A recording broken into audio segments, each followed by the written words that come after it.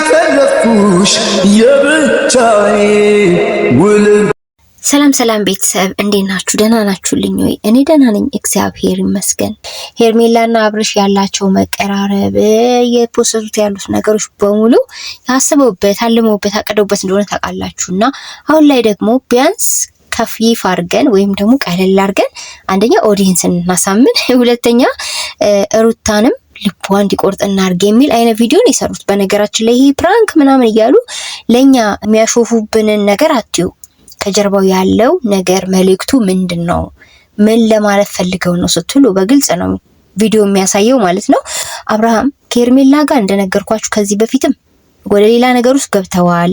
አብርሃም ትዳሩን ሳያከብር ትዳሩ ላይ ማግጧል። ይሄ ማይካድ ሀቅ ነው። ስለዚህ አሁን ቀጥታ ወደ ልቡ ፍላጎት መግባት ስለማይችል ማድረግ ያለበት ቀስ እያለ በፕራንክም እያሳበበ በምንም እያለ ማለት ነው ከሄርሜላ ጋር ያለውን ነገር ማስኬድ ነው የፈለገው። ይሄ ሁላችንም የምናውቀው ነገር ነው እና ቀይ አበባና ቀለበት ይዘው መተው እንግዲህ እሱ ሳይፈልግ አይገርምም? ሳይፈልግ እኮ ነው። ወይ ጉድ! በጣም እየገረመኝ ነው ያየሁትና እኔ አልፈለኩም ሁላ ሲል ነበረ። ነው እንዴ ያልፈለገ ሰው ፍላጎት እንዲህ ነው እንዴ? ጋሽ አብርሃም ባትፈልግ ኖሮማ ማለት ነው ከጓደኞቹ ጋር ጸብ ትገባ ነበር። እኔ ልንገርህ፣ ምክንያቱም እነዚህ ሰዎች በትዳርክ በህይወትክ ነው የመጡብክ። አየክ፣ አንተ ትዳርህን ብትፈልግ ኖሮ ዛሬ አቤልና ቡራ እንዴት እንደዚህ አይነት ሐሳብ በራሱ ጭንቅላታችሁ ውስጥ ይዛችሁ ትመጣላችሁ?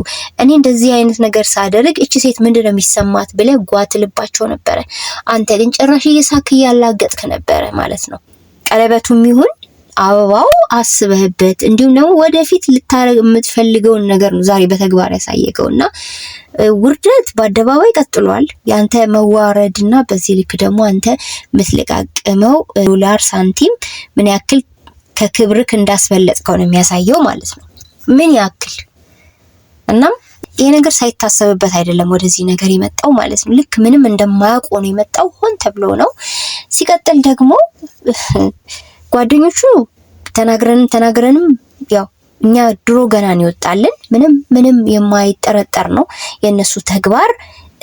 አንድም ቀን በጥሩ ሁኔታ መተው አያውቁም። ሁሉ ጊዜም ቢሆን በምቀኛ መንፈስ፣ ሁሉ ጊዜም ቢሆን የሰው ትዳር ገንጥለው ማለት ነው። ይሄ ደስ የማይል ማለት ኢሮፕ ላይ ራሱ እኮ ቤተሰብዬ ሰው ባለ ትዳር ወንድ በታምር በሚስቱ ለሌላ ሚስት አያገባም። እንኳን አይደለም ኢትዮጵያ ባህል ያለን እምነት ያለን ስርዓት ያለን ወግ ያለን ቀርተን ማለት ነው በታምር አይደረግም። ግን እነሱ ምንድነው ምን ሊያለማምዱ እንደፈለጉ ሊገባኝ አልቻለም። እዛ ጋር ሚስት አለች፣ አራስ ልጅ አለ፣ ከተጋቡ አመት አልሞላቸውም። እዚህ ጋር ደግሞ አንድ ቺተር የሆነች ሴት አለች፣ የሰው ባል ልታማግጥ የመጣች እሷ ጋር እሱ ደግሞ የሆነ ኮሙኒኬት ይፈልጋል በግልጽ በአደባባይ። ከሷ ጋር ደግሞ ወደፊት እንደዚህ አይነት ራዕይ እንዳለው ደግሞ በተዘዋዋሪ በጀርባ መልእክት ያሳየናል ማለት ነው። ይሄ ሁሉ ሰው ግን በዚህ ልክ እንዲያዝኖበት አብርሃም እኔ መጨረሻው ምን ሊሆን ይችላል ስታስቡት እናንተ? ጥሩ ነገር የሚገጥመው ይመስላችኋል? ቤተሰብ በጣም ትገርማላችሁ። አቤልና ቡራ ልማዳችሁ ማቃጠር ነው። ማቃጠር ሲባል ሴት ከወንድ በተለይ ደግሞ ባለትዳር የሆነ ልጅ ያለው ምናምን ደስ ይላችኋል። በዛ ላይ ሌላ ሴት መደረም ምናምን፣ ይሄ የርኩሳን መናፍስት አሰራር ነው። እናንተ ሲጀመር ተናግረናል። ከምንም የሌላችሁ ዝም ብላችሁ በደመ ነፍስ ነው ምድር ላይ የምትኖሩት ማለት ነው። ፈጣሪ አታውቁ፣ ፈጣሪ አትፈሩ።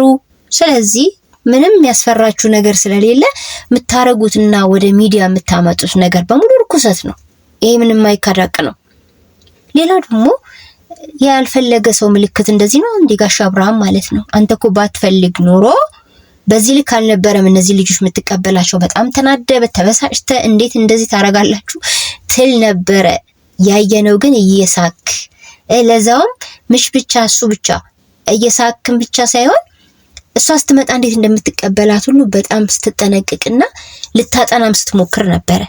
አስመሳይነት በዚህ ልክ በጣም ነው የሚያስጠላው። ተግባርክ እኮ ለራስህ እንጂ የሚያረክስክ ለኛ ምንም የሚጎዳን ነገር የለም። እኛ ከናንተ አይምሮ በላይ ነን። ገባ? ዛሬ እዚህ ጋር ቁጭ ብለን ሐሳብ መስጠታችንን አትይ። ወደ ስራ ይዛችሁ የምትመጡት እናንተ፣ ሰው እንዲሰድባችሁ የምታረጉት እናንተ፣ ጋጦጥ ነገርን ለህዝብ የምታለማምዱት እናንተ። እኛ ጋር ምን እንከናለ? ሲጀመር ላይፍ ተቃራኒ ናት። የማይገቡ ሰዎች የማይገባ ቦታ ይገኛሉ። በጣም ደግሞ ደረጃቸውና ማለት ያላቸው ስብዕና መልካም የሆኑ ሰዎች ደግሞ ከነሱ ከፍ ዝቅ ባለ ቦታ ይገኛሉ። ይሄ የምድር ሁኔታ ነው። ስለዚህ ቤተሰብዬ ማለት ነው እትዬ ሄርሜላ እንደምታውቁት እሷ ስቲል እኔ ገረመኝ ማለት ነው በሱ ትዳር ላይ እንዲሰፍ ማለቷ። በቃ ቀለበቱን አይቻለው፣ እንዴት ቀለበቱን አውጥታ ተመልሳለህ አይቼዋለሁ፣ እሱን ነው የምፈልገው እያለችው ነበር። ይሄ ማለት ደግሞ ትዳርክ የራሱ ጉዳይ፣ ቀለበቱን ሰርልኝ እያለችው ነው። ምን ትሏታላችሁ ደግሞ? ስለ ጸበል ስለ ምናምን ታወራለች። አንቺ ያረበናሽ ጥግሽን ያዢ እግዚአብሔርን። ይኸውልሽ እነዚህ መነገጃ የምታረጊውን እምነት ታቆሚያለሽ። እዚህ ጋር ነው አሁን እኛ እሳት ጎርሰን እሳት ለብሰን የምንመጣብሽ ማለት ነው። ሌላው ጥንቅር ብሎ ይቀራታል እንጂ በእምነታችን ላይ እንዳታላግጪ። ገባሽ አይደለ? እትዬ ሄርሜላ ስርዓትሽን ያዢ። ነግሬሻለሁ። እኔ በራሴ በኩል እንደ አንድ ዩቲዩበር ስርዓትሽን ያዢ ልልሽ እወዳለሁ። በእምነታችን እንዳትመጪ። ተሳስተሽ ስለ ጸበል፣ ተሳስተሽ ስለ መስቀል፣ ተሳስተሽ ስለምንም ስለ ኦርቶዶክስ እንዳታወሪ።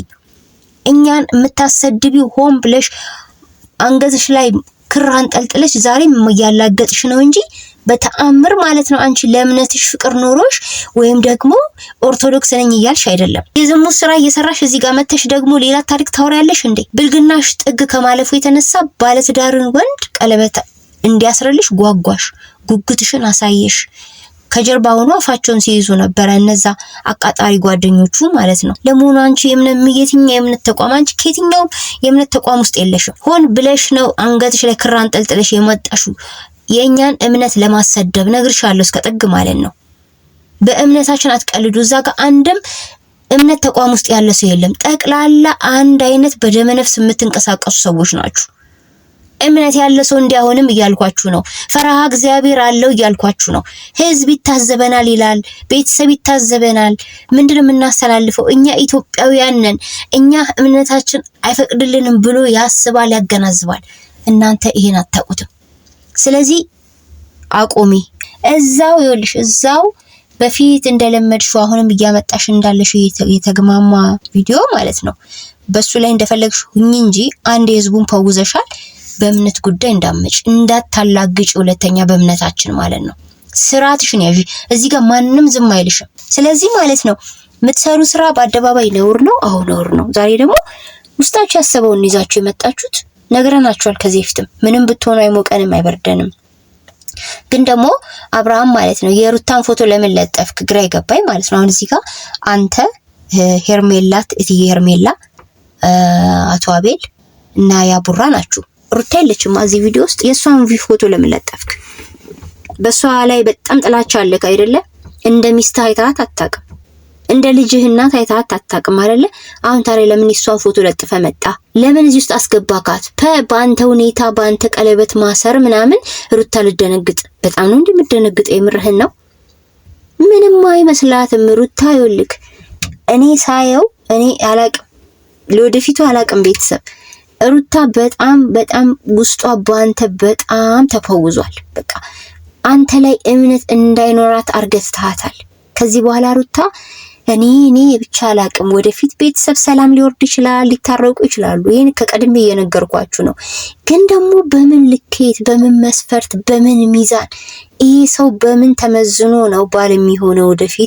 ወደፊትስ ሩታ የምትጽናናበትና ምትተማመንበት ባል ይሆናል ወይ? ለምሳሌ አሁን ቤተሰብ ጸብ አላ በማላችሁ ጸብ ሊፈጠር ይችላል። ከጓደኛችሁ ከምናምን ብቻ ጸብ ይኖራል። በዛ ጸብ መካከል ግን የምትተማመኑበት ነገር ሁሉ ከሷ አታችሁት ነው ሰላም የምታወርዱት። አስባችሁታል? እንዴት ነው ይሄን ሰው ከዛ በኋላ የምታምኑት? እንዴት ነው ከዚህ ሰው ጋር ጤነኛ የሆነ ፍቅር ያለው ህይወት የምትኖሩት? እንደ ድሮ ይመጣል? አሁን ሩታና አብርሽ ድሮ አብረው እንደነበረው አይነት ፍቅር በሩታና በአብርሽ መሀል ይመጣል ከዚህ በኋላ? ተቆሳስለዋል እኮ ተጎዳድተዋል እኮ። እንደ ሚዲያ ላይ እኮ እንካ ሰላምታ የተሰጣጡ ጉዶች ናቸው እኮ እነሱ። ለነገሩ መቼ ሩታ ባል አላት? ባል እኮ ቢሆን ኖሮ ይኸው በሰው በራሱ ትዳር እንደዚህ ማንም ሲፈተፍት ይሄን ያክል መረን እንዲሆን ፍቃድ አይሰጥም ነበረ።